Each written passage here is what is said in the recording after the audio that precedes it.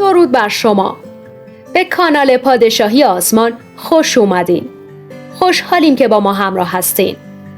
در این برنامه قراره به بررسی براهین اثبات وجود خدا نوشته پیتر کریفت بپردازیم که برگرفته از کتاب این نویسنده هست به نام زیرا خدا واقعی است 16 پرسش یک پاسخ، ترجمه پادشاهی آسمان.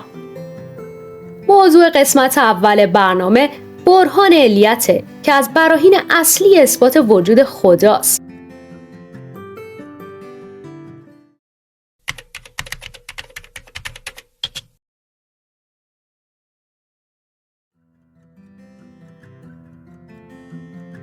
در این برنامه قرار این پرسش رو بررسی کنیم که آیا خدا واقعیه؟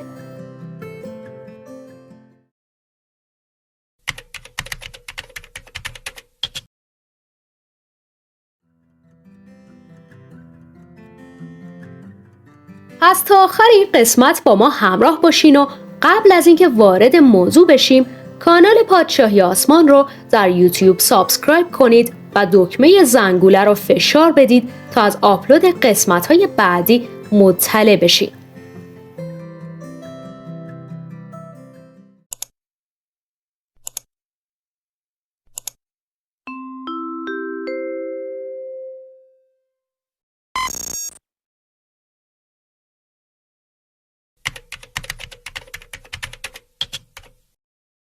آیا خدا واقعی است؟ برهان علیت.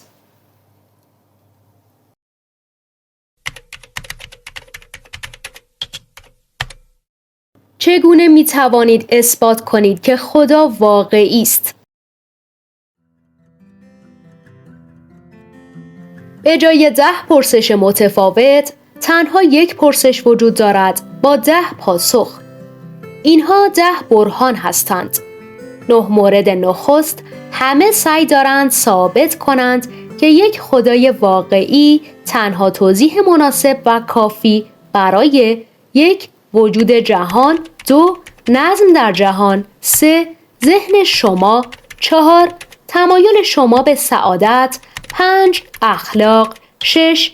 معجزات، 7. یهودیان، 8. مقدسین و 9. عیسی است. همه این 9 چیز تنها بدین دلیل واقعی هستند که خدا واقعی است. برهان دهم شرط پاسکال می‌کوشد تا ثابت کند که باور به خدا معقول است، حتی اگر نتوانید وجود او را ثابت کنید.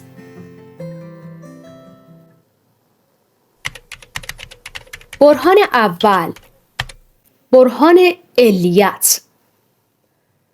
جهان مجموع همه چیزهایی است که در زمان و مکان وجود دارد. هر چیزی که از ماده ساخته شده است. دانشمندان این نظریه را مطرح کرده اند که کل جهان به طور ناگهانی به یک باره حدود 15 میلیارد سال پیش در آنچه که آنها بیگ بنگ مینامند به وجود آمد. از همان لحظه نخست تا کنون جهان در حال انبساط و رشد بوده است. رشد جهان همچون رشد بدن شماست. شما برای توضیح آن نیازی به یک خدا ندارید. بدن شما خود به خود رشد می کند. اما وجود جهان همچون وجود بدن شماست. بدن شما خود به خود به وجود نمی آید. این تنها بدین علت وجود دارد که چیز دیگری علت آن بوده است، یعنی والدینتان. همچون بدن شما جهان می تواند خود را رشد دهد، اما نمی تواند خود را به وجود آورد، زیرا قبل از آن که به وجود آید وجود نداشته است، اما قبل از آن که رشد کند وجود داشته است. هیچ چیز دیگری جز یک خالق نمی توانسته بیگ بنگ را منفجر ساخته و کل جهان را خلق کرده باشد. هیچ چیزی در جهان نمی توانسته علت جهان بوده باشد. هیچ بخشی از جهان نمی توانسته کل جهان را خلق کرده باشد. بیایید تا دوباره همین برهان را با دقت مرور کنیم. این بار به جای آنکه به طور اختصاصی در مورد بیگ بنگ بیاندیشیم، به طور فراگیر در مورد قاعده علت و معلول خواهیم اندیشید. هیچ چیز بدون علتی اتفاق نمی افتد. به هیچ وجه چیزی بدون دلیل به وجود نمی آید و جهان هستی به وجود آمد. پس باید علتی داشته باشد. هر چیزی در جهان علت چیز دیگری است. نور خورشید علت رشد گیاهان است. غذای گیاهی علت بقای حیوانات است. شیرها با خوردن بره‌ها علت مرگ آنها هستند. سگ‌ها علت زاده شدن طول سگ‌ها هستند و الی آخر.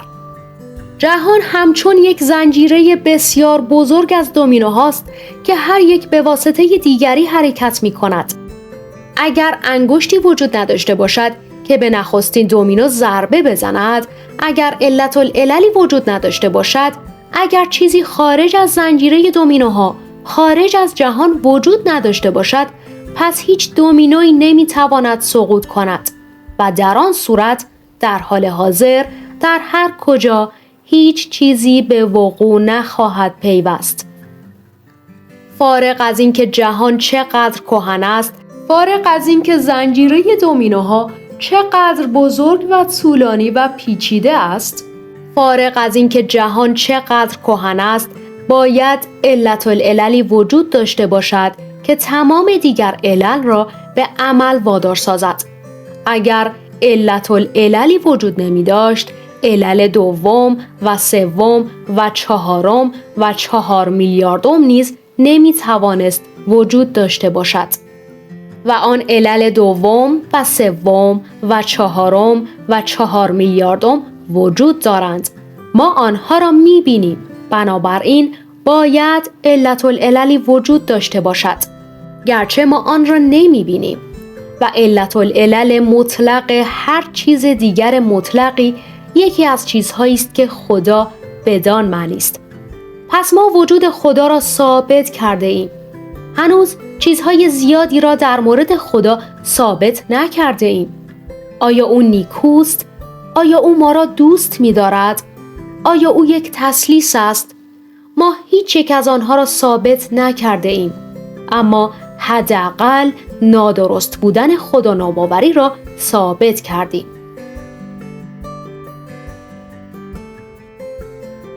خب دوستان، برهان علیت را شنیدیم و به پایان قسمت اول رسیدیم.